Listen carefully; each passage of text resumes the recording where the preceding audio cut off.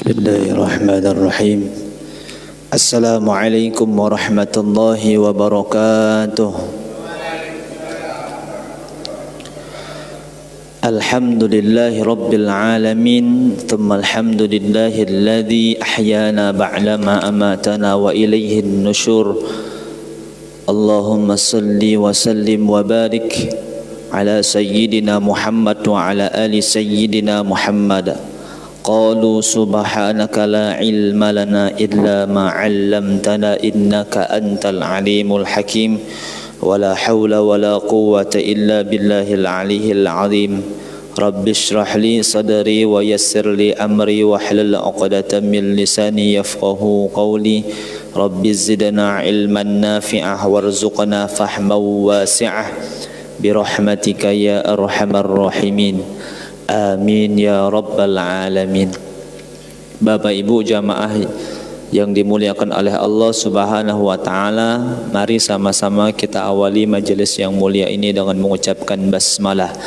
Bismillahirrahmanirrahim. Tsummal Fatihah. A'udzu billahi minasyaitonir rajim. Bismillahirrahmanirrahim. Alhamdulillahi rabbil alamin arrahmanir rahim maliki yaumiddin. Iyyaka na'budu wa iyyaka nasta'in ihdinas siratal mustaqim siratal ladzina an'amta 'alaihim ghairil maghdubi 'alaihim waladdallin. Rabbighfir li wa liwalidayya wa lil mu'minina amin. Bapak Ibu jamaah salat subuh yang dimuliakan oleh Allah Subhanahu wa taala, bersyukur kepada Allah Subhanahu wa taala dengan mengucapkan alhamdulillah. Hari ini kita bersyukur, besok kita bersyukur, dan selamanya kita harus bersyukur. Sebab segala fasilitas hidup yang kita miliki itu semua berasal dari Allah. Segala kenikmatan hidup yang kita nikmati hari ini itu bersumber dari Allah Subhanahu wa taala. Maka ketika kita sadar kita pakai fasilitas dari Allah, pakai kenikmatan yang diberi oleh Allah, jangan sampai kita lupa terhadap Allah. Tatkala kita lupa terhadap Allah saat menggunakan fasilitas dan kenikmatan yang diberikan oleh Allah, maka konsekuensinya semua fasilitas, semua kenikmatan akan berujung pada azabnya Allah Subhanahu wa taala. Sebagaimana yang Allah katakan di dalam Al-Qur'an, la in syakartum la azidannakum. Ketika kita syukuri apapun bentuk pemberian Allah, Allah akan tambah fasilitas dan kenikmatan itu. Wala in kafartum inna adzabi lasyadid. Akan tetapi kalau kita diberikan fasilitas hidup, diberikan kenikmatan hidup oleh Allah, namun tanpa kita syukuri, cepat atau lambat, inna adzabi lasyadid, semua fasilitas dan kenikmatan hidup itu akan berubah menjadi azabnya Allah. Inna adzabi lasyadid, sungguh azab Allah itu sangat amat berat. Semoga dari hari ke hari Allah beri taufik dan hidayah kepada kita sehingga kita mampu menjadi manusia yang bersyukur atas segala nikmat dan fasilitas hidup yang Allah berikan. Amin ya rabbal alamin. Bapak Ibu jamaah yang dimuliakan oleh Allah Subhanahu wa taala, dan di antara nikmat yang Allah berikan kepada kita dan di antara fasilitas hidup yang Allah berikan kepada kita hari ini ialah Allah mudahkan kita untuk bermajelis ilmu. Ini nikmat dari Allah, Pak. Ini fasilitas dari Allah, Bu. Sebab apa? Banyak orang yang dalam kesehariannya sibuk, banyak orang yang dalam kesehariannya beraktivitas, tetapi tidak diberikan nikmat untuk mudah datang ke majelis ilmu. Banyak orang yang diberikan kesempatan waktu yang luang, tapi Allah tidak berikan fasilitas untuk bermajelis ilmu. Sebab apa? Sebab kemudahan untuk datang ke majelis ilmu itu tidak Allah berikan kepadanya. Oleh karenanya ini duduknya kita dalam majelis ini adalah nikmat dan fasilitas dari Allah.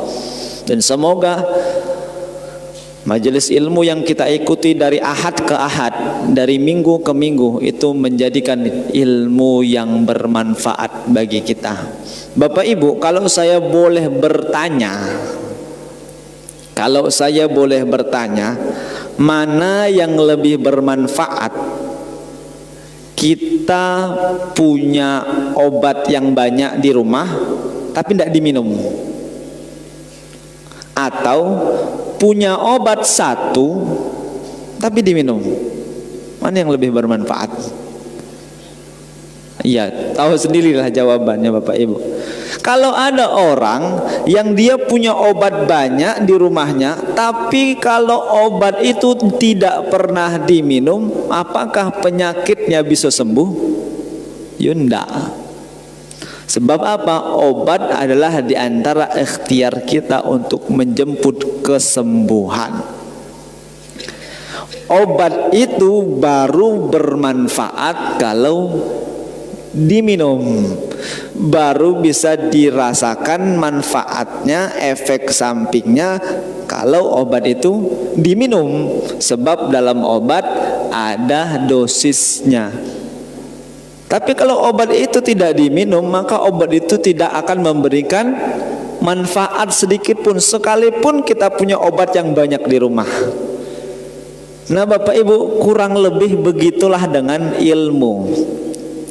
Ilmu itu tidak akan bisa mengubah hidup kita kalau hanya sekedar didengar. Dan ilmu itu tidak akan bisa bermanfaat kalau tidak diamalkan.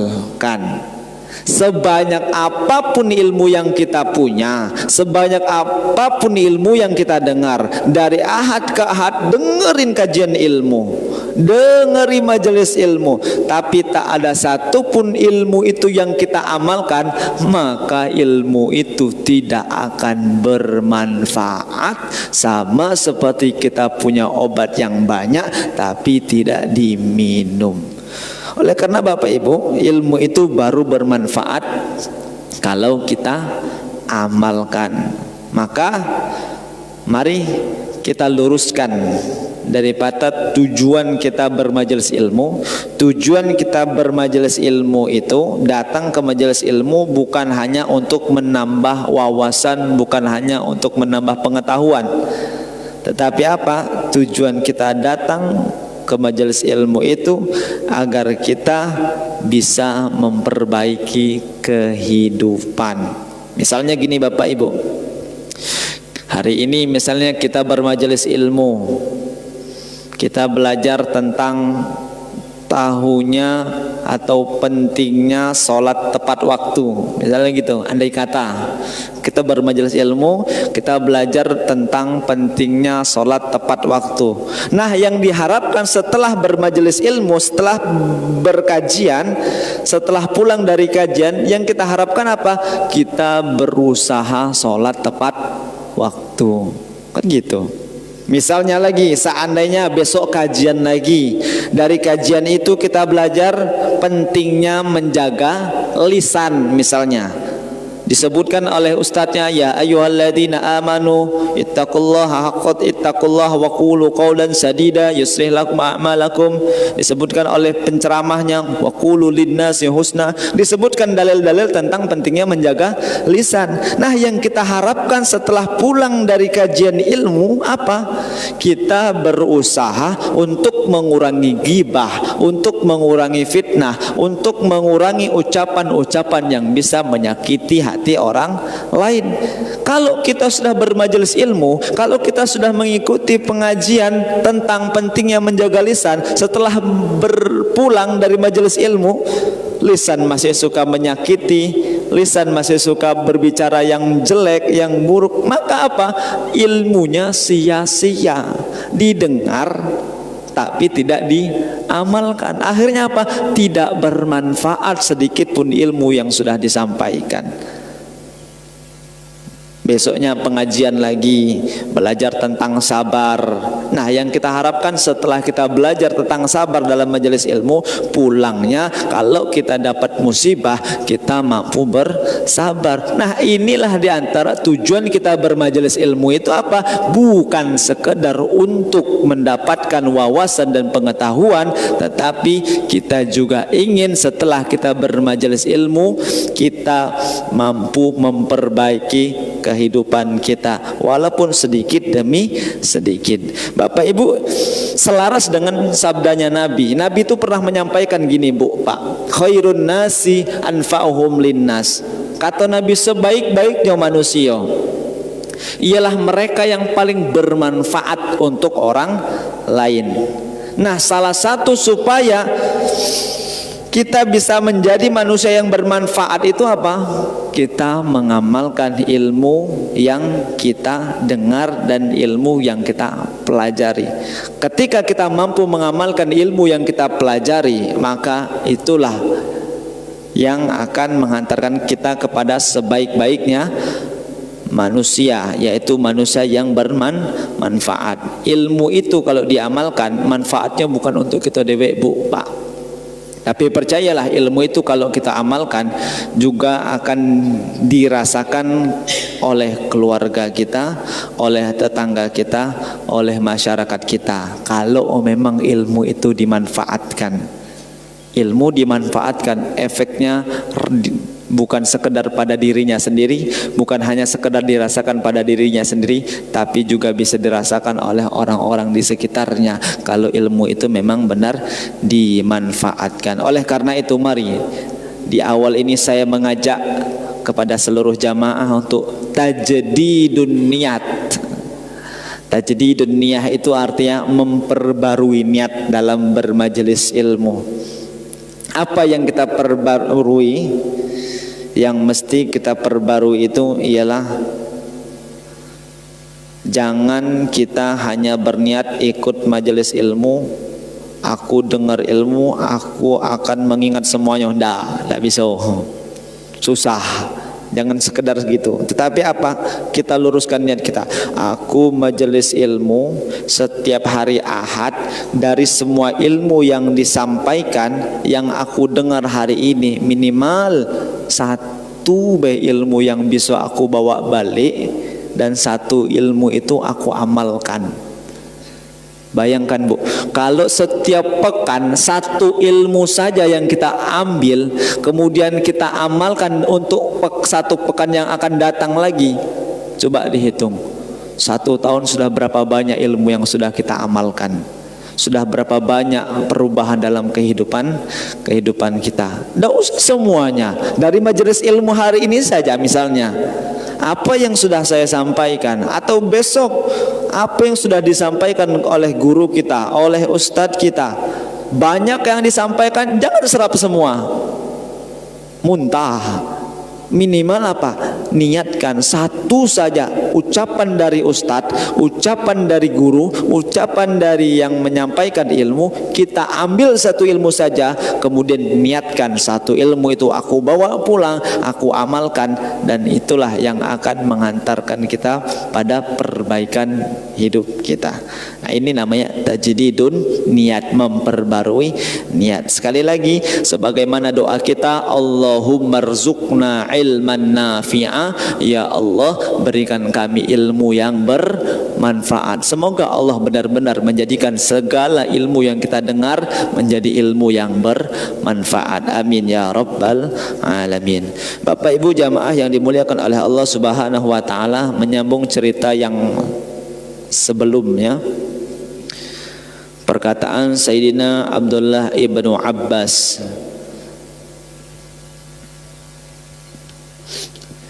yang kemarin baru sempat saya sampaikan satu, annahu qol, berkata Sayyidina Abdullah ibnu Mas'ud, Abdullah ibnu Mas'ud maksudnya, bukan Abdullah ibnu Abbas, Abdullah ibnu Mas'ud, beliau menyampaikan asdaqul hadis kalamullah, perkataan yang paling benar adalah kalamullah atau firmannya Allah Subhanahu wa taala. Jadi Bapak Ibu, tolak ukur perkataan yang paling benar itu adalah sesuai dengan firmannya Allah, Sebab banyak hari ini orang yang kelihatan ucapannya benar tapi salah total.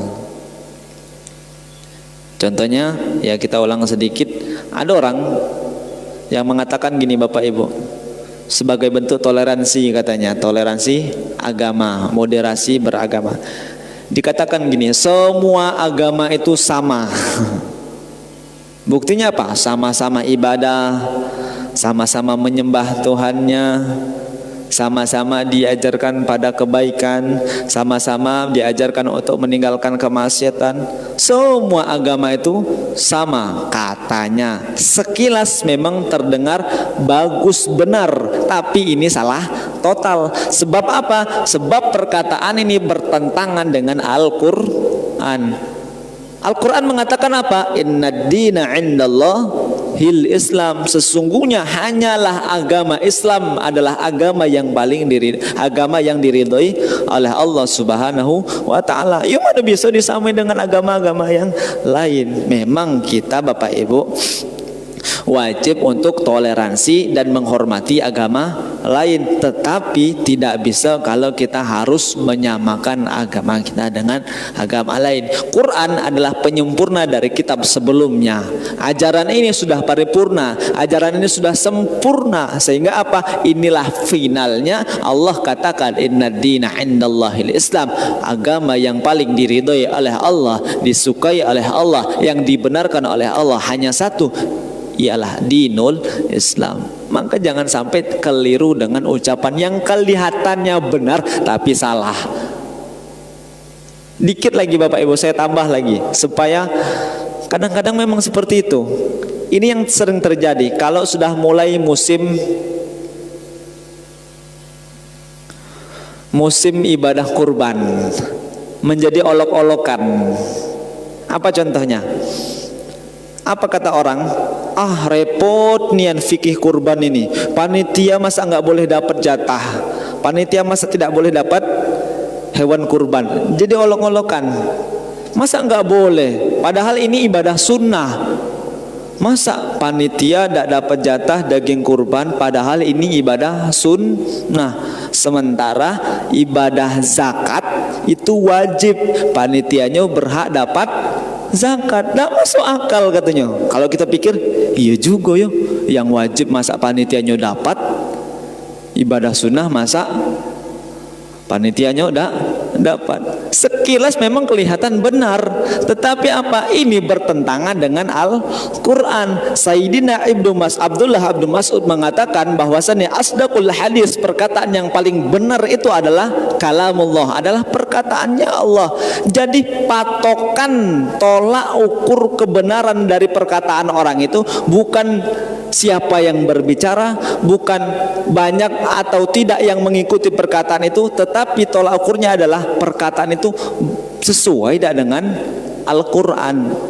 Nah kalau panitia zakat ibadah itu memang ibadah wajib, kok panitianya dapat? Karena memang ada, Allah katakan di dalam Al-Quran, di antara asbab yang menerima zakat itu adalah amil. Memang bukan panitia, panitianya di SK-kan, diangkat menjadi amil, berhak mendapatkan daripada zakat yang diberikan oleh para pembayar zakat.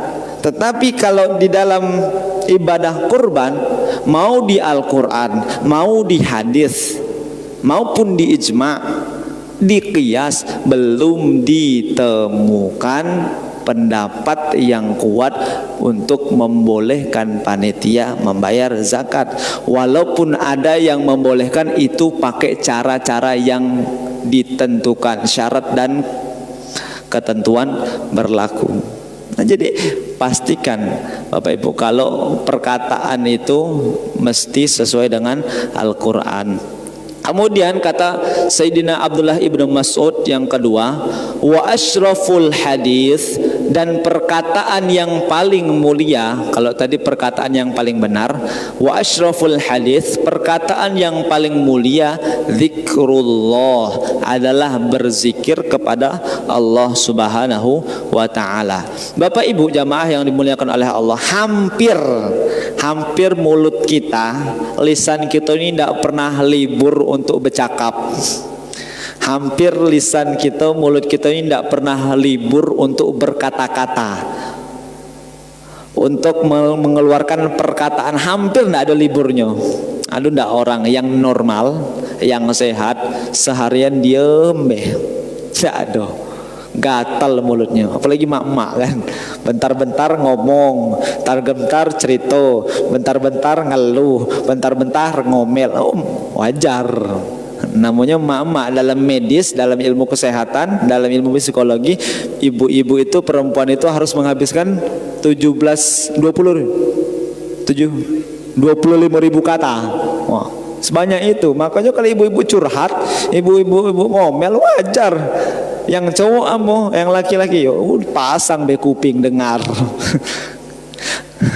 Bapak Ibu jamaah yang dimuliakan oleh Allah Subhanahu wa taala, cuman saya mau nyampaikan bahwasannya jangan sampai kita sering berkata-kata, kita sering bercakap-cakap, kita sering berbincang, tidak ada satupun perkataan kita yang membawa manfaat. Sebab apa? Perkataan itu dinilai sia-sia, sebab tidak ada kemuliaan di dalamnya. Padahal Pak, ada satu perkataan, satu ucapan yang nilainya itu bisa jauh lebih tinggi daripada sekedar berkata-kata biasa. Itulah zikir kepada Allah. Allah katakan Pak Ibu, fadhkuruni adzkurkum. Kalau kamu mengingatku, adzkurkum, aku akan ingat kepadamu. Bapak Ibu sekalian, bayangkan kalau kita sebut nama Allah, bukan sekedar cakap biasa bukan sekedar berkata-kata tapi kita menyempatkan lisan kita, mulut kita untuk zikir, menyebut asma Allah, menyebut nama Allah di dunia ini. Bayangkan kalau kita sebut nama Allah di dunia, Pak Bu, Allah bakal sebut nama kita di langit. Kurang untung apa coba kita ini jadi hambanya Allah. Kita sebut nama Allah, Allah sebut nama kita. Nah, kenapa perkataan zikir ini menjadi perkataan yang paling mulia? Karena memang perbuatan itu mulia Bapak Ibu. Misalnya gini, ketika kita mengucapkan tasbih subhanallah, berarti kita sedang mengakui bahwasanya Allah itu maha suci, Allah itu tidak ada kurangnya sama sekali. Ini kan perbuatan yang mulia, sehingga apa? Perkataan kita itu menjadi perkataan yang paling mulia. Misalnya apa lagi? Kita ucapkan hamdalah, alhamdulillah, alhamdulillah, alhamdulillah, alhamdulillah. Saat kita mengucapkan alhamdulillah, zikir alhamdulillah ini, maka kita sedang berterima kasih dan kita sadar bahwasannya sehat kita dari Allah. Kemudian sepiring nasi yang kita makan saja itu juga dari Allah. Nah, ini kan kita mengakui bahwasanya semuanya dari Allah. Berarti apa? Perbuatan ini mulia. Maka saat kita melakukan perbuatan ini, perkataan itu menjadi perkataan yang paling mulia dan bernilai di hadapan Allah Subhanahu wa taala. Yang hebatnya ini Bapak Ibu, zikir ini adalah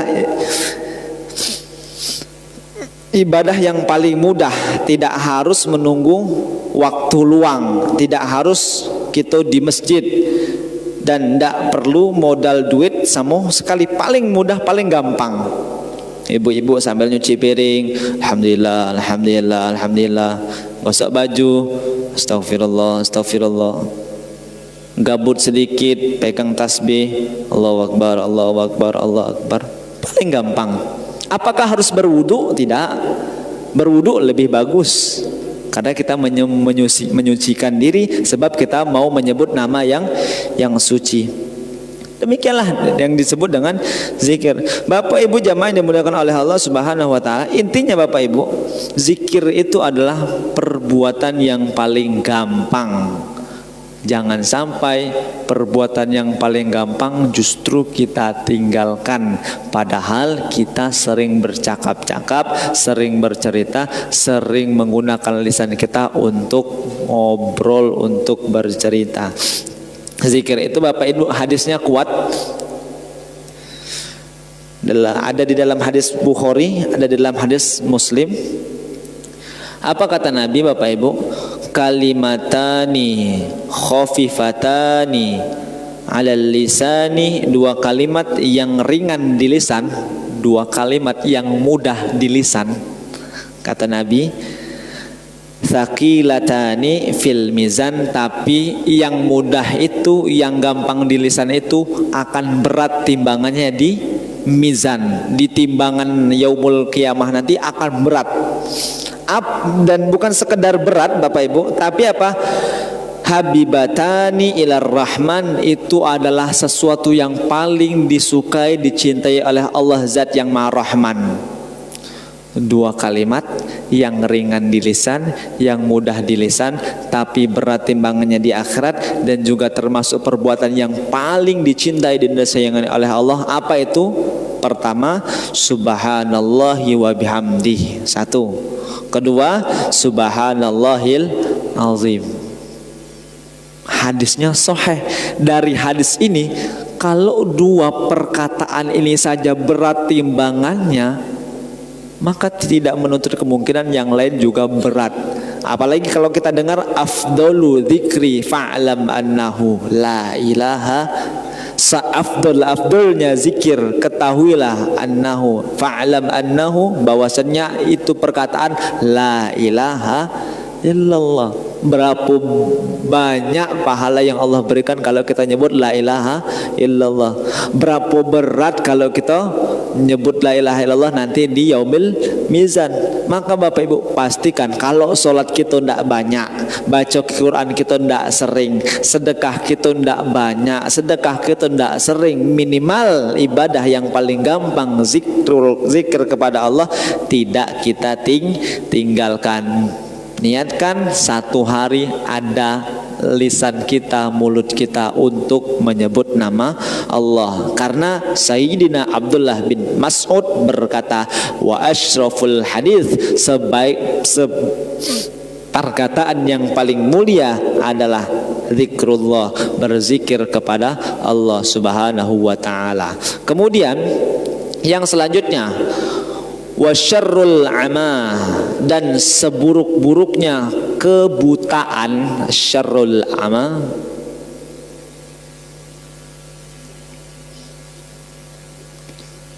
Bapak Ibu, jadi Allah tuh di dalam Quran maupun di dalam hadis melalui lisan Nabi menyampaikan mano sejelek-jeleknya, mana seburuk-buruknya dikasih tahu. Di antara yang buruk pasti ada yang paling buruk. Di antara yang jelek pasti ada yang paling jelek. Contoh, bi'thas syarab, kalau kita baca surah Al-Kahfi, sejelek-jeleknya tempat. Sejelek-jeleknya tempat itu apa? Neraka Jahannam. Sejelek-jeleknya, seburuk-buruknya tempat. Sama Sayyidina Ibnu Abbas, sahabatnya Nabi, mengatakan bahwasanya apa? Wasyarrul ama, seburuk-buruknya kebutaan ialah amal qalbi, adalah butanya hati. Bapak Ibu, kalau orang yang matanya itu buta, matanya itu tidak bisa melihat, tapi dia tuh masih sehat, masih bisa berjalan, masih bisa menemukan jalan, bahkan masih bisa belajar dan jadi orang soleh. Tetapi kalau ada orang yang hatinya dia itu buta, maka dia tidak bisa melihat mana yang benar meskipun matanya sehat. Artinya apa? Buta mata di dunia itu tidak buruk-buruk amat, tidak hina-hina amat. Jadi jangan caci, jangan maki, jangan hinakan orang yang buta matanya. Itu sudah kehendak Allah. Betapa banyak kita lihat orang yang matanya buta tapi hafal Quran. Kok bisa? Betapa banyak orang yang matanya buta tapi hafal 30 juz. Kok bisa? Memang kehendaknya Allah. Allah muliakan sesuatu yang dianggap orang lain hina. Matanya buta, nampaknya hina, tapi kalau dia hafal Quran, dia bisa berjalan, dia bisa sholat, dia bisa belajar Quran. Itu tidak jelek-jelek amat, tidak buruk-buruk amat, tidak hina amat. Justru Allah muliakan. Tetapi Bapak Ibu, kalau ada manusia yang dia itu hatinya buta, dia bisa melihat kebenaran, nampak kebenaran, tapi apa Bapak Ibu? Dia tidak menerima kebenaran itu, dia tidak menjalankan kebenaran itu, padahal matanya nampak. Inilah yang disebut dengan buta hati. Ada di dalam Quran, ada. Jadi kita sandarkan ucapan-ucapan kita ini dengan Quran supaya apa? Selaras dengan perkataan yang di awal. Patokan perkataan itu benar atau salah kalau sesuai dengan Quran. Mana ayatnya di dalam Quran? Allah katakan di dalam Quran, fa innaha la ta'mal absar. Sesungguhnya yang buta itu bukanlah mata. Jadi mata itu tidak buta, Bu. Ini orang yang buta matanya itu, dia sebenarnya bisa lihat. Kita beda tahu kalau dia itu niat. Mungkin dia lihat pakai mata batin.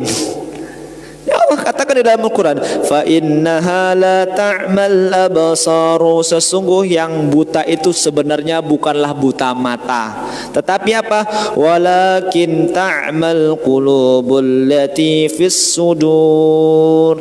Tetapi yang buta itu adalah hati yang ada di dalam sudur, di dalam dada. Buta yang sesungguhnya adalah buta hati. Quran surah Al-Hajj ayat ke-46. Jadi Bapak Ibu, buta hati itu adalah ketika nampak kebenaran tapi tidak mau menjalankan kebenaran. Buta hati. Sudah tahu nampak dengan matanya itu salah tapi masih dikerjakan yang salah itu, itulah yang namanya buta hati. Sudah tahu benda ini haram tapi masih digawekan yang haram ini, bahkan dicari jalan supaya ini menjadi halal. Inilah yang namanya buta hati. Untuk ibu-ibu, sudah tahu perkara ini adalah perkara dosa, perbuatan ghibah ini dosa, ya enggak, Bu? Misal, ini misal. Enggak di sini, kalau di sini insya Allah ibu-ibunya pengajian tahu ilmu, tidak macam tuh. Ini diluarkan, tidak tahu lah gitu. Misalnya sudah tahu perkara ini dosa, bahkan dosanya disebut di dalam Quran bahwasanya orang yang ghibah dosanya seperti makan daging bangkai saudaranya sendiri. Quran yang nyebutkan itu, Bu. Besar dosanya, sudah tahu ghibah ini dosa misalnya, tetapi dia merasa biasa ketika ngobrol atau ketika bercakap menyebutkan keburukan, kejelekan orang lain. Biasa beda, ada merasa bersalahnya, masih dikerjakan. Inilah yang disebut dengan buta hati. Matonya sehat tapi matonya tidak bisa melihat kebenaran dan kesalahan yang sesungguhnya. Hatinya buta. Ulama menyampaikan maksud hati buta ini apa, Pak? Hatinya berpenyakit. Yang kita khawatirkan, yang kita takutkan hati kita ini berpenyakit, Pak, Bu. Dan yang lebih parah lagi, kalau kita sadar hati ini penyakit tapi tidak ada usaha kita untuk kita sembuhkan, tidak ada usaha untuk kita sehatkan hati ini, Pak, Bu, maka lama kelamaan hati itu akan semakin sakit dan semakin parah. Bapak Ibu, kita tahu kalau kita sakit tidak diobati semakin parah sakitnya. Sama kalau hati kita sakit dan tidak ada usaha kita sehatkan hati kita, tidak bakal sehat. Bahkan Allah katakan di dalam Al-Quran, fi qulubihim maradun, di dalam hati manusia kalau ada penyakit tidak diusahakan untuk disehatkan, tidak ada upaya untuk disembuhkan, fazadahumullahu marada, akan Allah tambah sakit hati itu. Artinya apa? Kalau hati itu sakit, tidak diusahakan untuk sembuh, akan semakin sakit, semakin sakit. Kalau sudah sakit lama-lama hatinya mati. Kalau hati itu sudah mati, lama-lama hati itu akan kaku. Kayak manusia mati, Pak Bu. Kalau tidak segera dikuburkan, kaku, mengeras. Sama dengan hati itu. Kalau hati sudah mati, akan kaku, akan keras. Maka apa yang terjadi? Ya, apapun bentuk nasihatnya, siapapun yang menyampaikan nasihatnya, nolak, tidak bakal masuk. Inilah yang Allah katakan di dalam Al-Quran, "Tsumma qasat qulubukum min ba'di dzalika fahiya kal hijarati aw ashaddu qaswah." Setelah itu hati mereka menjadi keras sehingga hati mereka seperti batu, bahkan lebih keras. Bermula dari apa? Hati yang sakit tidak disembuhkan. Bagaimana menyembuhkan hati itu? Menyembuhkan hati banyak-banyak berzikir kepada Allah, datang ke majelis ilmu. Kemudian apa? Menyadari hati ini tidak boleh punya dendam, tidak boleh punya iri, dan cara kita menyembuhkan hati. Nah, Bapak Ibu, hati-hati dengan hati. Karena apa?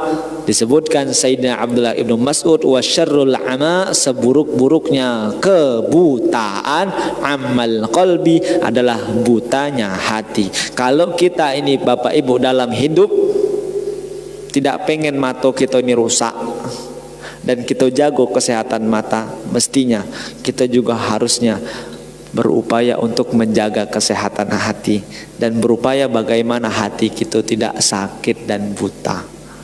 Gitu. Kita jago mata kita jaga kesehatan mata kita.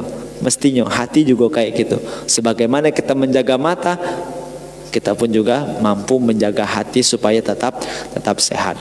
Selanjutnya kata Sayyidina Abdullah ibnu Mas'ud, wa ma qalla, dan sesuatu yang sedikit tapi dia mencukupi, wakafa, tapi dia mencukupi, khairum mimma katharu wa ahlaha, itu lebih baik daripada sesuatu yang banyak tapi melalaikan. Maksudnya gini Bapak Ibu, perkara yang sedikit tapi dia cukup, itu lebih baik daripada banyak tapi melalaikan. Misalnya gini, ada orang gajinya tidak banyak, gajinya sederhana, tidak 2 digit, 1 digit ya. Dapat berapa gajinya Pak? Jadilah 4 juta. Nah, misalnya tidak banyak gajinya, hidupnya sederhana, ekonominya sederhana. Tapi apa Bu? Setiap waktu sholat dia bisa berjamaah.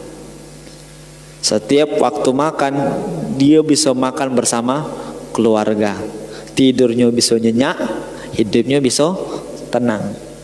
Ada juga orang Pak, hartanya banyak, gajinya melimpah, miliaran. Tendernya kalau cair bukan main, proyeknya banyak. Tapi apa Pak? Tidak pernah punya waktu untuk sholat, tidak pernah punya waktu untuk bersama keluarga. Sibuk terus ngejar dunia. Mana yang lebih baik kira-kira? Mana yang lebih baik? Ya jelas, gaji yang tidak banyak amat tapi bisa sholat waktu, tepat waktu, berjamaah, bisa bersama keluarga, itu lebih baik. Nah, ini membuktikan bahwasannya Bu, Bapak Ibu, dikit belum tentu kurang, banyak belum tentu cukup. Yang penting apa? Walaupun dikit kita mampu mensyukuri. Banyak orang dia hartanya banyak tapi tidak mensyukuri, sehingga kurang terus. Makanya kalau kata Ustaz Abdul Somad itu, Bapak Ibu, saya lebih pengen hidup itu di sawah, bertani. Setelah bertani capek, istri keluarga datang ke pondok-pondokan, makan bersama keluarga, datang angin sepoi-sepoi, itu lebih nikmat kata Ustaz Abdul Somad, daripada apa harus sana sini ceramah sana sini, walaupun duitnya ada kata Ustaz Abdul Somad. Demikian teman saya juga mengatakan seperti itu. Enak jadi kamu ya, kata beliau, bisa sama keluarga walaupun gajinya cuma segitu. Terus terang Bapak Ibu, kami cerita ini kan namanya kami ketemu dengan kawan lama, saling cerita apa gawe sekarang. Kami ceritalah, saya guru, apalah gaji guru sekarang nih Pak Bu, sekian-sekian. Kalau tidak ada sertifikasi, kalau tidak ada PNS, apalah gajinya kecil. Tapi apa? Bisa bersama keluarga, bisa di masjid, bisa bermasyarakat. Enak, banyak enaknya. Beliau di PT, sholat tidak sempat, sama keluarga udah ada, bermasyarakat apalagi. Aku pengen kayak kau nih, kata dia. Nah, inilah mengatakan Bapak Ibu bahwasannya kata Sayyidina Ibnu Abbas, wa qalla wa ma qalla, sesuatu yang sedikit tapi mencukupi, wa kafa khairu mimma kathru wa ahla, itu lebih baik daripada sesuatu yang banyak namun melalaikan. Betul juga. Banyak orang yang ngejar dunia, kejar terus pekerjaannya, gawekan terus pekerjaannya, tapi apa? Berangkat pagi, subuh lewat, nanti waktu tengah siang-siang kecapean, zuhur lewat, tiba di asar lagi di perjalanan capek, tiba maghrib sudah lelah nak rebahan, sudah rebahan timbul lagi isya, tidak ada waktunya, ngejar yang banyak tapi lalai. Berarti apa? Betul lah perkataan sahabat Nabi, dikit itu kalau mencukupi lebih baik daripada banyak kalau dia melalaikan. Selanjutnya Bapak Ibu, wasyarrun nadama, seburuk-buruknya penyesalan, nadamatu yaumil qiyamah, adalah penyesalan nanti di hari kiamat, yaumil qiyamah. Wasyarrul nadamah, seburuk-buruknya penyesalan adalah nadamatul yaumil qiyamah, adalah penyesalan di hari kiamat. Bapak Ibu, kalau kita nyesal di dunia masih bisa dibaikin, masih bisa diperbaiki. Contoh, kalau kita nyesal nih aku sudah menyakiti dia, nyesal nih aku sudah melukai hati dia, nyesal nih aku sudah memutuskan hubungan dengan dia, nyesal gitu. Ini menyesal di dunia, Bu, masih bisa diperbaiki, masih ada kesempatan. Tinggal apa? Datang minta maaf, perbaiki, selesai. Misalnya apa lagi? Misalnya kita menyesal nian salah di lingkungan yang salah milih tempat kerja, nyesal gitu. Nyesal nian aku kerja di sini lingkungannya jelek, tidak bisa sholat, nyesal gitu. Nyesalnya di dunia. Tinggal resign, keluar, cari kerja lagi, selesai, bisa diperbaiki. Ada kesempatan untuk memperbaiki karena nyesalnya di dunia. Apalagi contohnya nyesalnya anak tuh jauh dari aku, anak tuh takut dengan aku karena apa? Aku salah didikan, anak salah dikit aku marahi, anak salah dikit aku pecut. Nyesal aku sekarang dia jauh dari aku, sekarang dia tidak peduli dengan aku. Nyesal gitu, karena apa? Salah didik anak, nyesal. Tapi ini penyesalan di dunia Pak Bu, masih ada kesempatan untuk memperbaiki. Datang sama anak, ngomong baik-baik sama anak, sampaikan nyesal senyesal-nyesalnya sama anak, ajak anak, insya Allah ada kesempatan untuk memperbaiki. Kalau nyesal di dunia itu masih ada kesempatan untuk memperbaiki. Tapi Bu, kalau penyesalan itu sudah di hari kiamat, tidak ada kesempatan untuk memperbaiki. Penyesalan di hari kiamat itu penyesalan yang final, titik. Bahkan Allah gambarkan di dalam Quran, Pak Bu, penyesalan orang-orang nanti di hari kiamat. Apa kata Allah di dalam Quran? Rabbana absorna, ya Allah, mata kami sudah nengok azab. Wa sami'na, telinga kami sudah mendengar azab. Farji'na, ya Allah, tolong ya Allah, kembalikan kami hidup lagi. Itu penyesalan orang di akhirat. Mana lagi ayatnya? Ada lagi. Qala rabbirji'un, kata orang-orang nanti di hari kiamat yang nyesal. Qala rabbirji'un, mereka berkata, ya Rabbi, ya Tuhanku, rabbirji'un, kembalikan aku hidup lagi ke dunia ya Allah, la'alli a'malu solihan fima taraktu, agar aku bisa beramal soleh yang aku tinggalkan ketika hidup di dunia. Tapi apa kata Allah, Bu? Dak adalah Allah tidak mengabulkan. Kenapa? Karena masa beramal sudah selesai. Masa beramal itu kapan? Waktu kita di dunia. Maka ketika kita sadar kita hidup di dunia, Bapak Ibu, ini waktu kita untuk beramal, untuk mengumpulkan amal soleh, mengumpulkan pahala, mengumpulkan cara agar Allah ridho kepada kita, Allah suka kepada kita. Ini memang waktunya. Tapi nanti kalau sudah di hari kiamat, tidak ada lagi waktu untuk beramal. Yang ada adalah waktu untuk membalas. Kita beramal di dunia, di hari kiamat, di hari akhirat Allah balas. Yang tersisa apa? Tinggal penyesalan. Maka Bapak Ibu yang dirahmati Allah Subhanahu wa taala, saya mau pesan, jangan sampai air mata penyesalan baru mengalir ketika amal sudah tidak bisa lagi ditambah. Saya ulangi, jangan sampai air mata penyesalan baru mengalir ketika hari amal sudah tidak bisa lagi dikerjakan dan ditambah di akhirat. Jangan sampai nyesal nanti di akhirat maksudnya.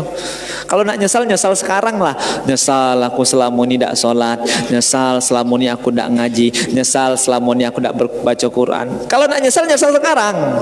Ada kesempatan untuk memperbaiki. Daripada nanti sudah di hari kiamat, di yaumil akhir, kita baru nyesal aku tidak baca Quran, udah bisa lagi. Sudah.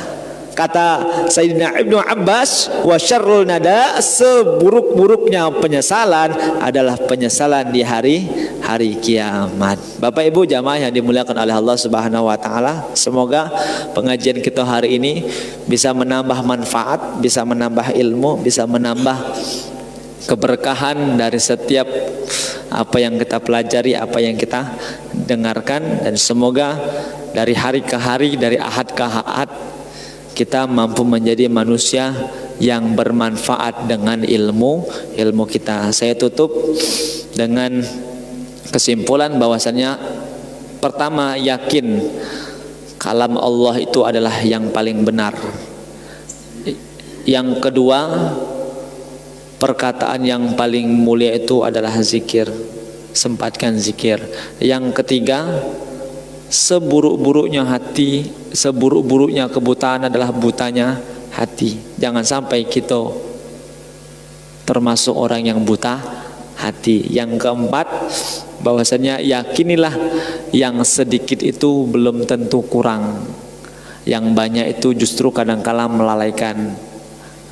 Hikmahnya apa? Syukuri apa yang menjadi pemberian Allah kepada kita. Yang kelima apa? Yang kelima adalah penyesalan yang buruk itu adalah nanti di hari kiamat. Kalau nak nyesal, nyesalnya sekarang, jangan sampai nyesalnya di akhirat. Sama-sama kita tutup dengan hamdalah, walhamdulillahi rabbil alamin, subhanakallahumma wa bihamdika asyhadu an la ilaha illa anta astaghfiruka wa natubu ilaih. Nastaghfirullahal azim. A'udzu billahi samiil alim minasy syaithanir rajim. Bismillahirrahmanirrahim. Alhamdulillahi rabbil alamin hamdal hamidin, hamdal syakirin, hamdan na'imin, hamdan yuafi ni'amahu wa yukafi mazidah. Ya Rabbana walakal hamdu kama yanbaghi li jalali wajhikal karimi wa 'azimi sultanik Allahumma salli wa sallim wa barik ala Sayyidina Muhammad wa ala ali Sayyidina Muhammad. Allahumma ya Allah ya Rahman ya Mujib Sa'idin ya Rabbal Alamin. Berikanlah kami ilmu yang bermanfaat. Jadikan kepada kami ilmu-ilmu yang telah kami dengarkan, ilmu yang kami pelajari menjadi ilmu yang mampu kami amalkan, sehingga ilmu itu akan menjadi ilmu yang bermanfaat. Allahumma ya Allah ya Rahman ya Rahim ya Mujib Sa'idin ya Rabbal Alamin. Bimbing kami ya Allah untuk senantiasa meyakini, mengimani Al-Quran yang menjadi firman-Mu yang paling benar. Bimbing kami untuk senantiasa untuk berzikir kepadamu ya Allah. Mudahkan lisan kami untuk menyebut namamu ya Allah. Jaga lisan kami untuk menyebut yang jelek-jelek ya Allah. Allahumma ya Allah, jadikan hati kami menjadi hati yang sehat ya Allah. Jangan Engkau jadikan hati kami menjadi hati yang sakit, bahkan hati yang mati ya Allah. Allahumma ya Allah, jadikan kami orang-orang yang pandai bersyukur atas apa yang menjadi pemberian-Mu ya Allah, dan jadikan kami ya Allah menjadi orang-orang yang memiliki semangat untuk menjadi orang-orang yang beramal, agar kami tidak menyesal nanti di hari kiamat ya Allah. Rabbana la tuzigh qulubana ba'da idh hadaytana wa hab lana min ladunka rahmah innaka antal wahhab. Rabbana atina fid dunya hasanah wa fil akhirati hasanah wa qina adzabannar. Walhamdulillahi rabbil alamin. Taqabbalallahu minkum minna wa minkum taqabbal ya karim. Kesempurnaan punya Allah, benarnya punya Allah, hilaf salah punya saya, mohon dimaafkan. Aqulu qouli hadza wassalamu alaikum warahmatullahi wabarakatuh.